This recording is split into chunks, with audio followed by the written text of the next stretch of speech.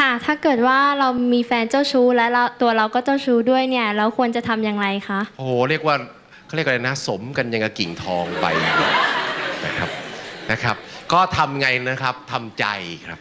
เขาเพราะว่าต้องทำใจหลายอย่างหนึ่งถ้าเกิดเรามีแฟนเจ้าชู้เราคิดว่าแฟนจะหายเจ้าชู้ไหมครับและถ้าเราเจ้าชู้เราจะหายไหมครับถ้าเกิดยอมกันไม่ได้คงฆ่ากันตายไปข้างหนึ่งครับ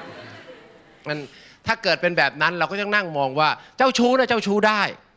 มีความรู้สึกที่ดีๆหรือความรู้สึกอะไรที่ดีกับคนอื่นได้แต่บางสิ่งบางอย่างมันก็อย่าออกนอกกรอบก็หมดเรื่องจริงไหมครับแล้วก็พยายามที่จะเข้าใจกันเพราะหลายต่อหลายคนที่เขาเจ้าชู้เขาก็อยู่กันได้แต่น้อยครับโอกาสนะครับเพราะฉะนั้นถ้าเกิดเป็นไปได้เราก็พยายามอย่าอยู่กับคนที่เจ้าชู้ถ้าเราเจ้าชู้แล้วเราก็จริงใจกับเขาซะ